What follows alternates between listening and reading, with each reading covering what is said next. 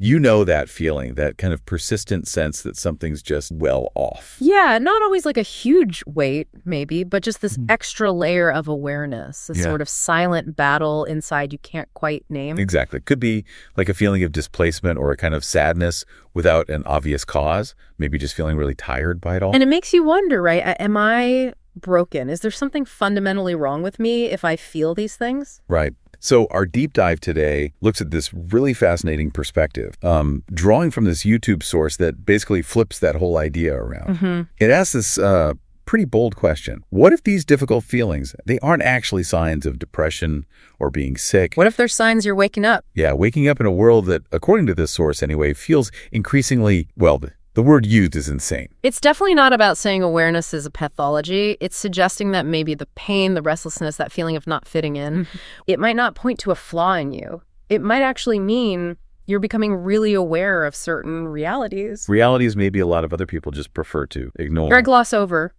uncomfortable truths, about a world that this perspective frames as having lost its way, but still insisting this new way is normal. Okay, so our mission here is to really unpack that. Let's explore the different sides of this awakening idea and try to understand why it might feel so tough, so isolating. And we're sticking just to the ideas presented in this source material for this dive. Right. So let's start with that core feeling different, seeing things that others around you just seem to miss. Yeah, the source uses this great analogy. It's like you're at a party, everyone's laughing hysterically, but you don't get the joke. And crucially, you just can't pretend you do. That's the key part. It's that feeling, right? When you're in conversations that feel so superficial, or watching everyone chase goals that seem hollow. Yes. And you notice the forced smiles, maybe, or the sort of emptiness behind the small talk, like a hidden sadness in people telling you everything's great. So this ability, this perception, the source connects it back to Carl Jung.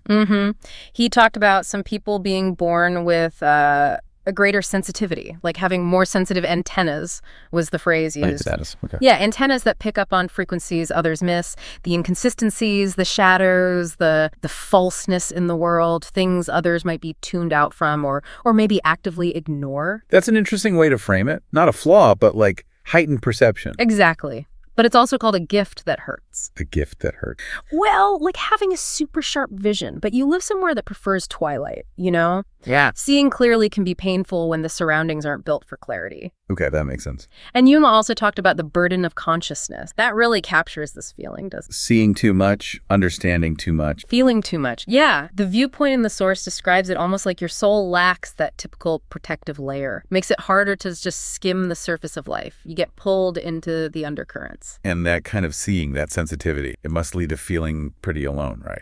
Oh, definitely. But it's a specific kind of loneliness the source talks about, not just being physically by yourself. What kind though? It's described as the loneliness of someone who thinks deeply, who questions everything, who just can't accept the easy, ready-made answers society offers. Because your mind works differently, needs to dig deeper. Exactly. While others might be fine with the surface level, you feel this pull, this need to understand the why. The source even mentions Søren Kierkegaard. The philosopher. Yeah. He wrote about the anguish, but also the achievement of being a truly unique individual. How much courage it takes to be different when society pushes conformity. Tough. And you end up feeling like your deepest conversations are, just with yourself. Often, yeah.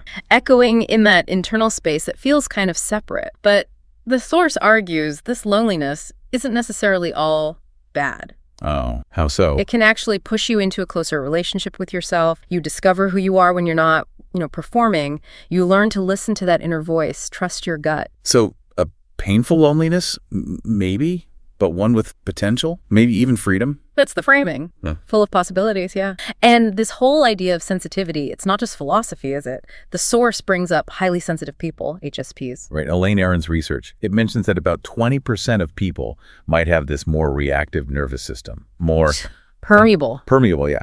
To emotions, energies in the environment. It's described as a real genetic neurological difference, like having, really sharp hearing in a super noisy world. And how does that show up? Like day to day? Well, you might absorb things like a sponge. Find yourself carrying feelings or weights that aren't actually yours. You might feel deep sadness about something you only read about, or cry easily over suffering you haven't personally been through. The source calls it being an emotional lightning rod. Exactly. Drawing in all that emotional energy. So intense movies, they hit you way harder.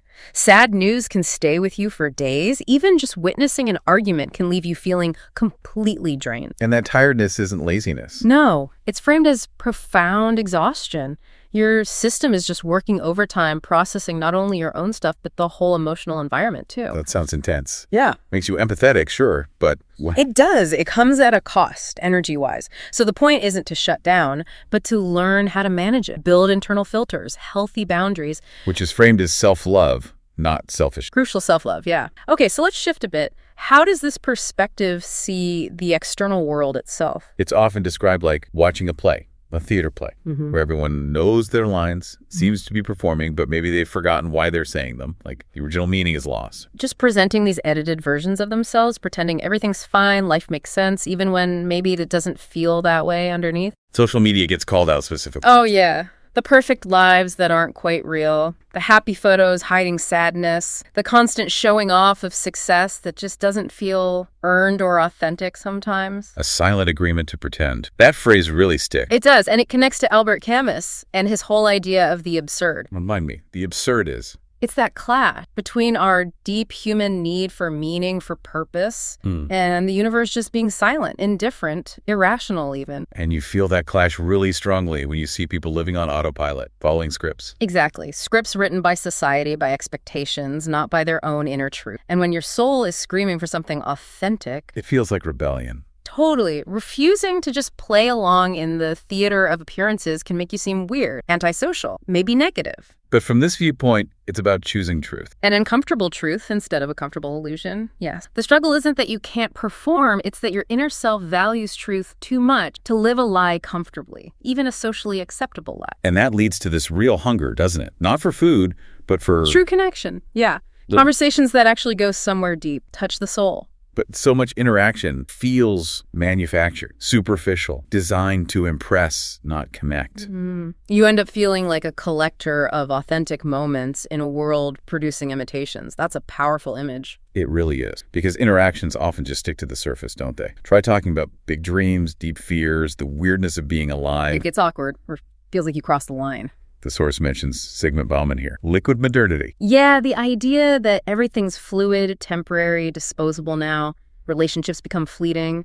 Love gets reduced to swipe. Friendship measured in followers. Everything judged by external metrics. Right, and you feel this nostalgia, this longing for a depth that seems lost. You constantly question things. Are these relationships real? Is this career meaningful? Is this happiness? And this perspective says that questioning, that refusal to accept the plastic as gold, isn't being negative. No, it's rooted in believing life can be deeper, more meaningful, more truthful than the edited version we're often sold. So feeling out of sync like this, it often leads inwards towards introspection. Yeah, and the source is clear. That's not a flaw. It's not withdrawal. It's just your way of processing all this complexity. While others look for answers in noise, you find them in silence. Pretty much. Like having a private library inside, a space for reflection. It quotes Jung, "He who looks outside dreams, he who looks inside awakens." Your natural direction is inward. Which can feel really weird in our culture, right? A culture that often seems scared of silence. Definitely. We fill every gap with noise. But for you, that solitude isn't about being antisocial or depressed. It's nourishment. It's self-knowledge. And that inner silence isn't empty. Not at all. It's full of potential discoveries, insights you only see when the external chatter stops. Okay, another big piece. Difficulty with conventional goals, like not getting excited about what excites everyone else.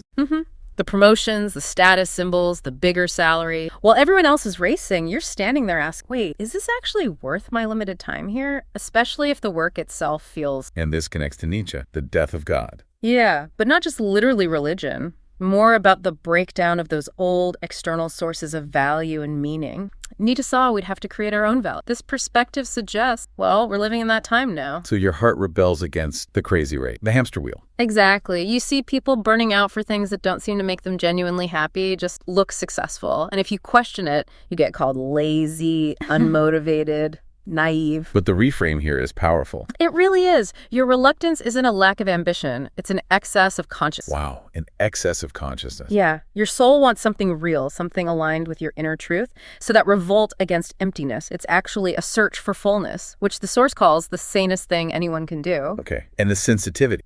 It also means feeling collective pain really intensely. Oh, absolutely. Like, just watching the news can feel like a physical blow sometimes. Every tragedy, every injustice, it lands hard. And that brings back Elaine Aron's research on HSPs about brain activity. Right. Studies showing greater activity in empathy and emotional processing areas.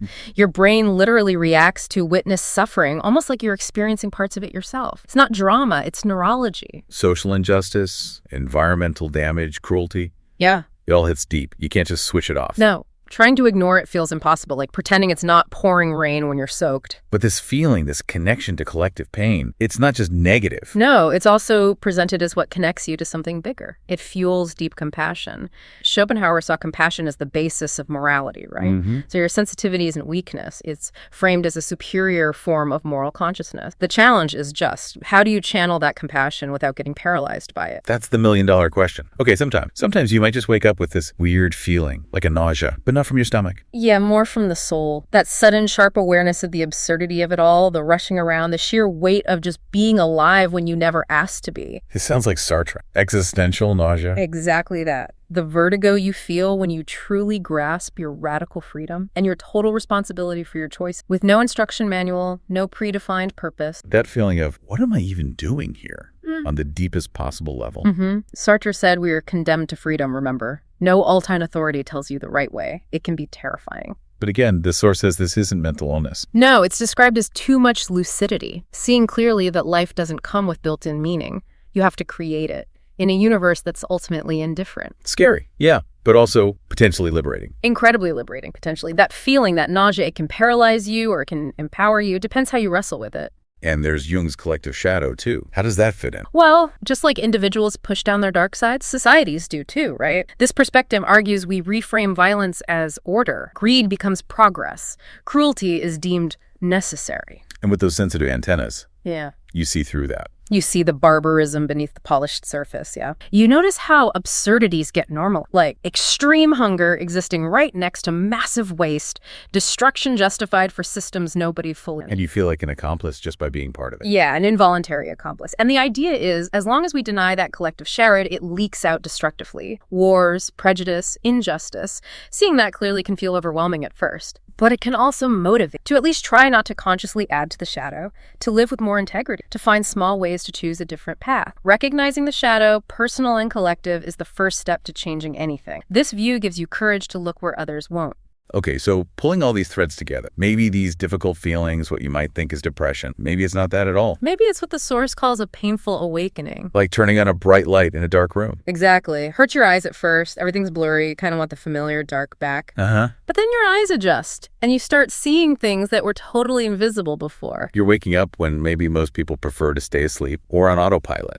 And the first one awake always feels alone, disoriented. Totally. And you question it, right? Wouldn't it just be easier to stay asleep? And honestly, living on autopilot, not questioning, it would be simpler. But your soul demands consciousness, even if it hurts. That's the argument. It brings up Plato's cave allegory. The prisoner who gets free sees the real sun. They're confused, scared at first. And when they go back to tell the others still in the cave? The others don't believe them. They prefer the familiar shadows on the wall. So in this framing, you are like that prisoner. You've seen beyond the shadows. It's a tough spot. You can't unsee it. But explaining it to people still comfortable in the cave, that's incredibly hard. This awakening is definitely not comfortable. But it takes courage. Immense courage to live more authentically, to question deeply, to feel fully, even the painful stuff. It's not easy being a pioneer of your own consciousness, as the source puts it. But maybe that's what the world needs, people refusing to sleepwalk. People keeping their eyes open, even when reality is tough, choosing uncomfortable truth over... So if this is resonating with you, listening, there's that powerful reframe. You're not broken. Maybe you're too whole for a fragmented world. You're not sick. Maybe you're too sane to accept collective madness as normal. And what you need isn't a cure to change who you are, but care. Deep, consistent care for that sensitivity, that awareness. And the source does offer some practical strategies for that, for creating your own space of sanity. Not to fix you, but as acts of self-love. Self-preservation. Like what kind of things? Simple stuff, really. Grounding actions, like writing freely, just dumping your thoughts without judgment. Getting it out. Yeah. Or walking in nature, but really paying attention to the small details, the leaves, the sounds, the light. In connecting with people. Actively seeking connections with others who also think deeply, who value authentic interaction. Making an effort to have, at least one real conversation a week. Yeah, one that goes beyond small talk, touches on things that actually matter. Engaging with thoughtful art, too, right? Stuff that makes you think, not just distracts. Poetry, music, films, books, whatever resonates. And, crucially, boundaries. Healthy boundaries, protecting your energy. Recognizing your emotional energy is precious and limited. It's okay not to consume everything, not to engage in every empty chat, not to be on 2004/7. Okay. Now, one more simple but powerful thing. Just naming your feeling without judgment. When that wave of sadness or anxiety, just acknowledging it. Okay, there's that feeling again. Not analyzing and not fighting it, just naming it. That can lessen its power somehow. So these aren't about fitting into the mold. They're about creating your own authentic corner. Exactly. Honoring your sensitivity. It's framed as a gift, remember. A gift that, when you take care of it, helps make the world a bit more human, more truthful, more compassionate. You might not change the whole world single-handedly. But you can choose not to add to the superficiality, the cruelty, the lies, and that choice, the source says, that's revolutionary in itself. So let's wrap this up. Consider this perspective we've explored, those really difficult feelings you might be grappling. From this viewpoint, maybe they're not a sign something's wrong with you. Maybe they're a sign of your deep awareness of a world that's lost its way a bit. Your sensitivity, your questions, your discomfort, they're not defects. They're framed as sources of insight, potential for real connection within yourself and maybe with others who are also feeling this awakening. Which leaves us with a final thought for you, the listener, to just sit, mull over after this. If you choose to embrace this potentially difficult awakening, this heightened awareness, this discomfort, this deep feeling, how could that actually allow you to find, or maybe even create, deeper meaning, purpose, and connection in your own life, even while navigating a world that often feels pretty disconnected and, well, superficial?